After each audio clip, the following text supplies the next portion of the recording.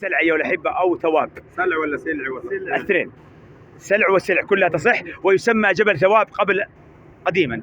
هذا الجبل أيها الأحبة القصة التي وردت فيه كثيرة قصص، لكن من القصة التي وردت فيه أن رجلا جاء للنبي صلى الله عليه وسلم وهو عند مسجد المصلى أو الغمامة اللي يسمى الغمامة الآن، يصلي هناك يستسقي، كان يصلي العيدين ويستسقي. فجاءه رجل من البادية فقال يا رسول الله هلك الناس وهلكت الدواب وهلكنا فادعوا الله لنا. فالنبي صلى الله عليه وسلم رفع يديه الشريفتين وبدأ يدعو. قال الرجل فوالله ما في السماء مزعة سحاب. فجاءت سحابة من قبل سلع، فجاءت تحرك أمام أعينهم، فانطلقت سحابة حتى وصلت فوقنا فأرعدت وأبرقت وأمطرت. قال فمطرنا سبتا، فذهب الرجل يدعو للنبي صلى الله عليه وسلم ومشى. قال فمطرنا سبتا أي أسبوعا. فلما جاء الرجل من الأسبوع اللي بعده يا رسول الله هلك الناس وهلكنا وغرقنا وكذا وكذا، ادعو الله أن يمسك عنا. قال الراوي قال فبدأت السحابة بالتحرك حتى وصلت إلى جبل سلع ثم انقشعت ببركة دعاء النبي صلى الله عليه وسلم. ايش قال النبي صلى الله عليه وسلم؟ قال اللهم حوالينا ولا علينا، اللهم على الآكام والضراب وبطون الأودية ومنابت الشجر. فتحركت السحابة حتى انقشعت، قال كأنها لم تكن. هذا كلها جاءت من فين؟ من قبل جبل سلع. أيضا أعطيكم قاعدة ثانية وفائدة فيه، أنتم قرأتموها بس أذكركم فيها.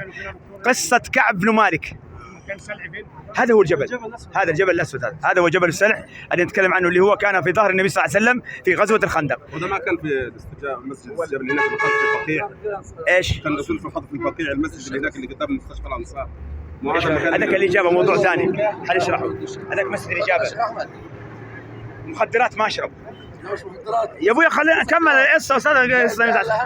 طيب الله يكرمك. طيب امسكها شوي ازاي؟ لاني عندي يدين يا استاذ. يا جماعه عندنا قصه كعب بن مالك. من كعب بن مالك؟ احد الثلاثه الذين خلفوا في غزوه تبوك، افتكرتوهم؟ مش النبي صلى الله عليه وسلم قال ما حدش يكلمهم 50 يوم؟ قال فاذا انا في ليله 50 وانا على سطح بيت لاهلي، يعني احد اهله جالس فوق السطوح ما حدش بيكلمه. فقال فإذا أنا أسمع صائحا أوفى من جبل سلع، فقال أبشر يا كعب بن مالك. قال فخررت ساجدا لله، وعرفت أنه جاء الفرج، لأنه أول واحد يكلمني، أول واحد ينطق معناها جاء الفرج. قال فسجدت ثم مضيت إلى الصوت مكان الصوت فوجدت مناديا، فوالله سألته قال أبشر جاءت إيش توبتك، يعني مثلا وجاء إيش الإذن لك. فلما قال لي هذا الكلام قال والله، شوفوا يا إخوان كعب، قال والله نحلته توبية لا أملك غيرهما، وذهبت إلى بيتنا وأخذت من ثياب أهلي. أعطاه إياها هدية. هنا يأتي دور من يبشرك ببشارة تعطيه أول هدية أمامك، فأعطاه لباسه. فقال فلما جاء دخلت المسجد فالصحابة كل واحد والله ما أكلم أحدا ولا أسلم، أبغى النبي صلى الله عليه وسلم، أبغى أوصل إليه، ما أكلم أحد حتى جئت النبي صلى الله عليه وسلم. أيوة حتى وصلت عنده الكتاب فوجدته يبتسم صلى الله عليه وسلم وفرحني بأن الله تاب عليه. لقد تاب الله على واحد من الصحابة كان يسلم عليه. واحد من الصحابة أيوة هذاك موضوع ثاني، هذاك موضوعه في بداية الغزوة.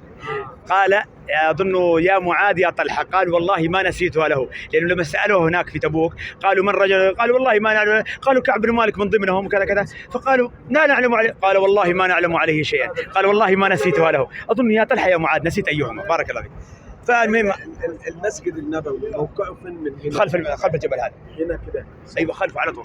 والخندق كان كده هنا على الحدود، على الحدود يعني. لا هنا بعد العماره، بعد العماره عشان ما يدخلوا. ايوه بس هذه الجهه المفتوحه. ايوه